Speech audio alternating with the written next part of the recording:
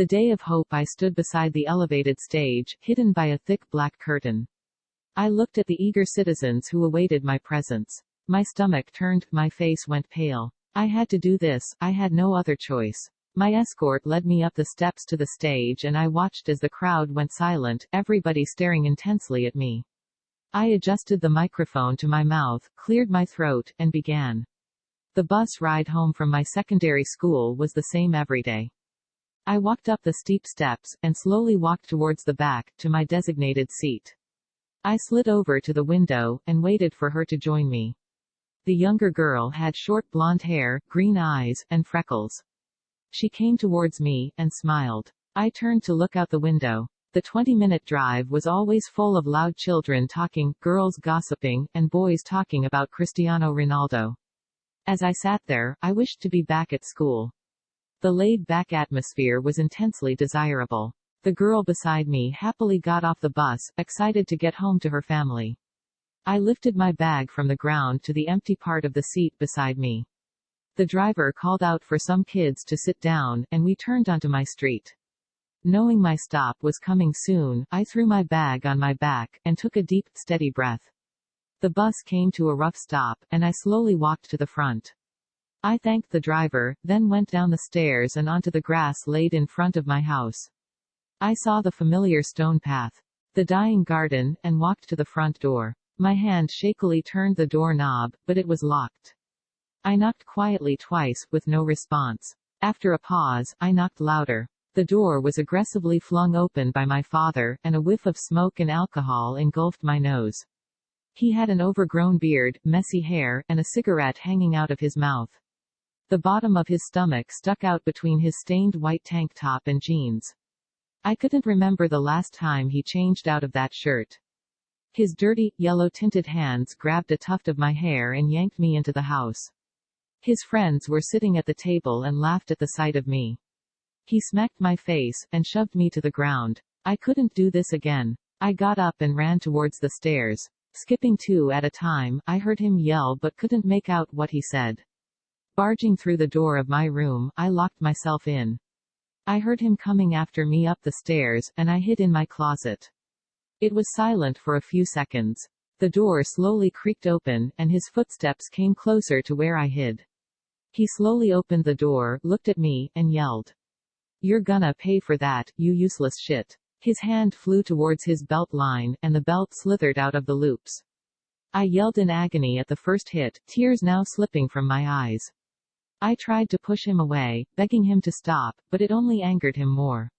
He shoved me to the ground and kicked me in the ribs. I groaned and prayed for him to leave. A hard boot collided with my face, causing pained sob to escape me. My hands flew to my face, wet with blood from my nose. I cried and cried, but he wouldn't stop. He was happy doing this, I deserved it. I curled into a ball as I sobbed, his feet continuously hitting my body. He spat in my face, disgusted. His heavy footsteps stormed out of my room to go back to his friends. I stayed on the floor until I cried myself into a light sleep. I awoke with a start, and looked at my clock. Only 30 minutes had passed, so my father wouldn't have noticed. There was blood on the floor, so I went to the bathroom to get a towel. I ran the warm water over it, and wiped up the blood. After rinsing the towel again, I cleaned my face. In the mirror, I saw my red puffy eyes, and my bruised lip. I returned to my room, and silently brought my schoolwork from my bag to my desk. Hello everyone. Thank you all so much for being here. I hope you are all doing well. Today marks the commence of my presidency of the United States of America. I smiled at the crowd, looking at the millions of people in front of me. I haven't had an easy life. I always thought I deserved nothing from anyone, and that I was simply a burden on the world. My father taught me that. Someone who was supposed to care for me, love me unconditionally, told me that I was worthless in his eyes, and he wished me gone. In high school things got bad. And he would abuse me every day once I got home from school. I hated him, and I hated his friends, who would watch him do those things to me. I hated my life, I wanted to get out, to leave, to die. I looked around at the millions of concerned people who stood in front of me. I tell you this today, because I believe it helps connect us. Everyone has their own struggles, beliefs, celebrations. These Ngày của hy vọng tôi đứng bên cạnh sân khấu trên cao, bị che khuất bởi một tấm màn đen dày. Tôi nhìn những công dân háo hức chờ đợi sự hiện diện của tôi. Bụng tôi quặn lại, mặt tái mét. Tôi buộc phải làm điều này, tôi không còn lựa chọn nào khác. Người hộ tống dẫn tôi lên các bậc thềm sân khấu và tôi chứng kiến đám đông im lặng, mọi người nhìn chằm chằm vào tôi. Tôi điều chỉnh micro vừa miệng, hắng giọng và bắt đầu, chuyến xe buýt về nhà từ trường cấp 2 của tôi vẫn như vậy hàng ngày. Tôi bước lên những bậc thang dốc và từ từ đi về phía sau, đến chỗ ngồi đã định của mình. Tôi lướt tới cửa sổ, và đợi cô ấy đi cùng tôi. Cô gái trẻ hơn có mái tóc ngắn màu vàng, đôi mắt xanh lục và tàn nhang. Cô ấy tiến về phía tôi, và mỉm cười. Tôi quay lại nhìn ra cửa sổ. 20 phút lái xe luôn đầy ắp tiếng trẻ con nói chuyện ồn ào, những cô gái nói chuyện phiếm và những chàng trai nói về Cristiano Ronaldo. Khi tôi ngồi đó, tôi ước được trở lại trường học. Bầu không khí thoải mái thật đáng mơ ước. Cô gái bên cạnh tôi vui vẻ xuống xe, háo hức về nhà ra mắt gia đình. Tôi nhấc cặp từ dưới đất lên chỗ trống của ghế bên cạnh. Người lái xe gọi vài đứa trẻ ngồi xuống, và chúng tôi rẽ vào đường của tôi. Biết rằng điểm dừng của mình sắp đến, tôi ném túi lên lưng và hít một hơi thật sâu và ổn định. Xe buýt dừng lại, và tôi chậm rãi đi về phía trước. Tôi cảm ơn người lái xe, rồi đi xuống cầu thang và lên bãi cỏ trước nhà.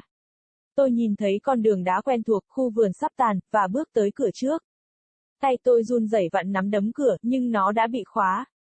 Tôi khẽ gõ 2 lần, không có phản hồi. Sau một lúc dừng lại, tôi gõ to hơn. Cánh cửa bị bố tôi mở toang, và một làn khói và rượu xộc thẳng vào mũi tôi. Ông ta để râu rậm rạp, đầu tóc bù xù, và ngậm điếu thuốc trên miệng. Đáy bụng của anh ta lòi ra giữa chiếc áo ba lỗ màu trắng và quần jean. Tôi không thể nhớ lần cuối cùng anh ấy thay chiếc áo đó là khi nào. Đôi bàn tay nhuốm màu vàng bẩn thỉu của anh ta nắm lấy một búi tóc của tôi và lôi tôi vào nhà. Bạn bè của anh ấy đang ngồi trong bàn và cười khi nhìn thấy tôi. Anh ta đập vào mặt tôi, và xô tôi xuống đất.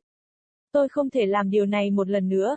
Tôi đứng dậy và chạy về phía cầu thang. Bỏ qua 2 cái cùng một lúc, tôi nghe anh ta hét lên nhưng không thể hiểu anh ta nói gì. Lao qua cửa phòng, tôi nhốt mình vào trong. Tôi nghe thấy tiếng anh ta đuổi theo tôi lên cầu thang, và tôi trốn trong tủ quần áo của mình.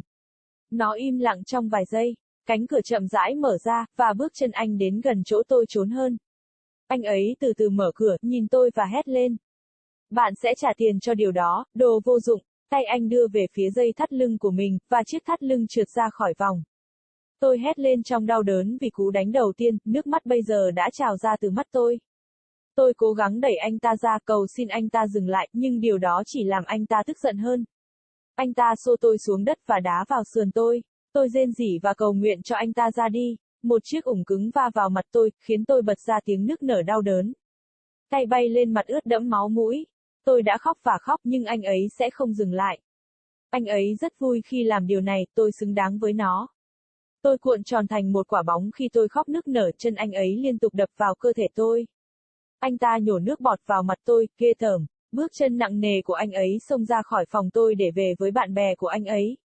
Tôi ở trên sàn nhà cho đến khi tôi khóc và chìm vào giấc ngủ nhẹ.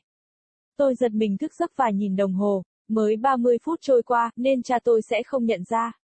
Có vết máu trên sàn, vì vậy tôi vào nhà tắm để lấy khăn tắm.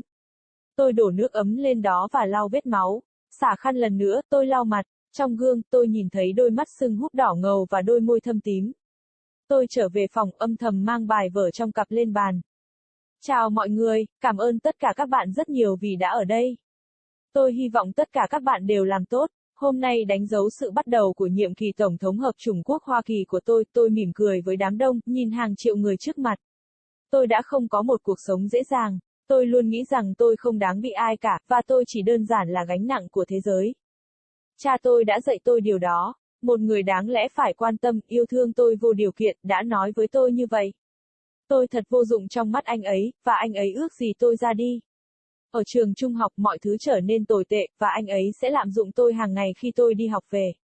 Tôi ghét anh ta, và tôi ghét bạn bè của anh ta, những người sẽ chứng kiến anh ta làm những điều đó với tôi. Tôi ghét cuộc sống của mình, tôi muốn thoát ra, rời đi và chết. Tôi nhìn xung quanh hàng triệu người có liên quan đang đứng trước mặt tôi. Tôi nói với bạn điều này hôm nay, bởi vì tôi tin rằng nó giúp kết nối chúng ta. Mỗi người đều có những cuộc đấu tranh, niềm tin, kỷ niệm của riêng mình. Đây là